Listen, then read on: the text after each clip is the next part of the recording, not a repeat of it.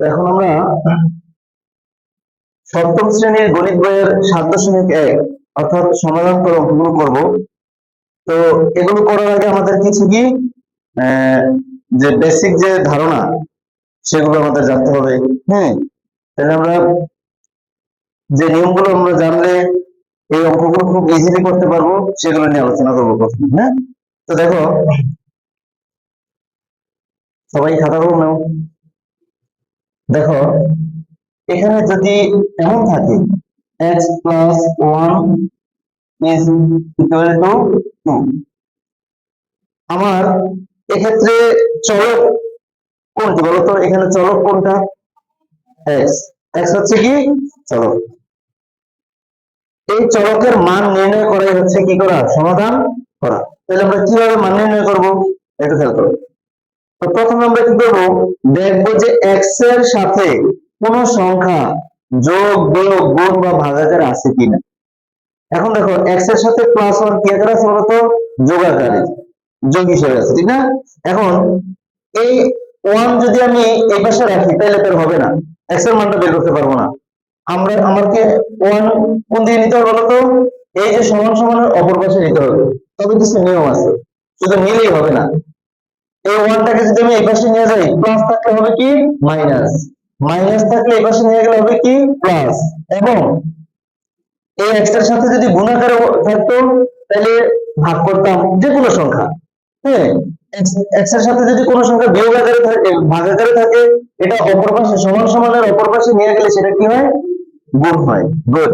তো আমরা যদি এই অঙ্কের ক্ষেত্রে এই 1 টাকে আমরা এই পাশে নিয়ে যাই তাহলে কি হবে বলতো? মাইনাস, যেহেতু বাম দিকে কি আকার আছে বলতো?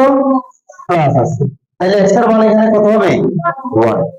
আবার দেখো, অনেক সময় হয় কি এরকম থাকে x প্লাস 2, আবার এখানে থাকে কি যেমন ধরো 3x মাইনাস 2x, বা এখানে ধরো 4 মাইনাস 2x, 4 মাইনাস 2x এভাবে থাকতে পারে। অর্থাৎ x, x এর যে চলক বা x যুক্ত সংখ্যাগুলো হাতের বাম দিকেও থাকতে পারে, আবার ডান দিকেও থাকতে পারে, তাই তো? এখন মূল কাজ যেটা, x যেখানেই থাকুক হাতের বাম পাশে আমার রাখতে হবে। তাহলে এগুলো আনার তো একটা নিয়ম আছে, ঠিক না? যেমন মাইনাসের সংখ্যাটা এই পাশে নিয়ে আসলে কি হবে? Plus 2x। 4 কি আমরা এই পাশে নিয়ে আসবো না, কারণ সংখ্যাগুলো আমরা ডান দিকে রাখবো, ডান দিকে।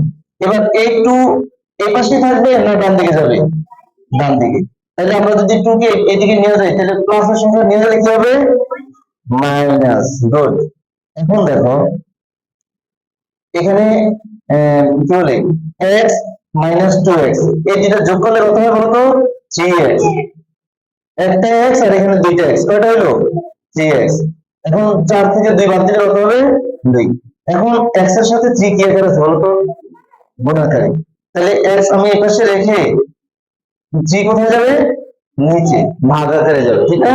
এটাই হচ্ছে x এর মান। এখন তুমি বলতে পারো যে স্যার আমরা 2 কে 3 দিয়ে ভাগ করি, দশমিকে নেই, কিন্তু না, এই সমাধানের রেজাল্ট দশমিকে হয় না, এটা যদি ভগ্নাংশ থাকে তাহলে ভগ্নাংশই রেজাল্ট। ওকে বন্ধু, বুঝতে পারছো? এবার আমরা 1 নম্বর যে প্রশ্ন, দেখো 1 নম্বর যে প্রশ্ন সেটা অ্যান্সারটা তৈরি করবো। দেখো কিভাবে সমাধান করি। এখানে হচ্ছে তোমার প্রথম অঙ্কটা লেখা আছে কি 4x প্লাস 1 সমান সমান 2x প্লাস 7, ঠিক আছে? আচ্ছা, এখন বলো তো আমরা কি করতে পারি?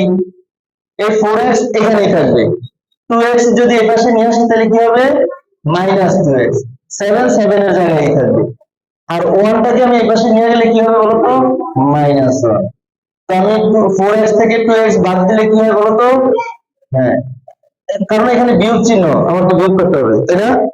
এবার 7 থেকে 1 বাদ দিলে 6, x টাকে আমি এই পাশে রাখবো, কিন্তু 2 কোথায় যাবে? ভাগ আকারে। গুড। তাহলে 6 কে 2 দ্বারা ভাগ করলে কত হয়? 3। তার মানে x এর মান কত? 3। এটাই হচ্ছে আমাদের প্রথম।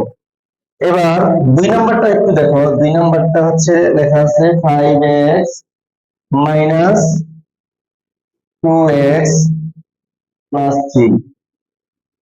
একটু খেয়াল করো 2 নাম্বারটা আছে দুই নাম্বারটা এবার 5x আমি এখানে রাখবো, কিন্তু 2x এর পাশে নিয়ে আসলে কি হবে? মাইনাস 3 জায়গায় থাকবে, কিন্তু এই 3 যদি আমি অপর পাশে নিয়ে যাই তাহলে মাইনাসের 3 কি হবে? +3। এবার দেখো 3 5x থেকে 2x বাদ দিলে কি হয়? 3x। আর এটা যোগ করলে কত হয়? 6। এবার x কে এই পাশে রেখে আমরা এই 3 কি হবে? 3 দিয়ে আমরা 6 কে ভাগ করব। তাহলে ভাগ করলে কত হবে বলো তো? 2। এর রেজাল্ট হবে এখানে x এর মান কত দাঁড়ালো? 2। আর প্রথমটাতে x এর মান কত? 3। এভাবে তোমরা বাকি দুইটা যে অঙ্ক আছে 3 এবং 4 নাম্বারটা করবে। ওকে, ঠিক আছে।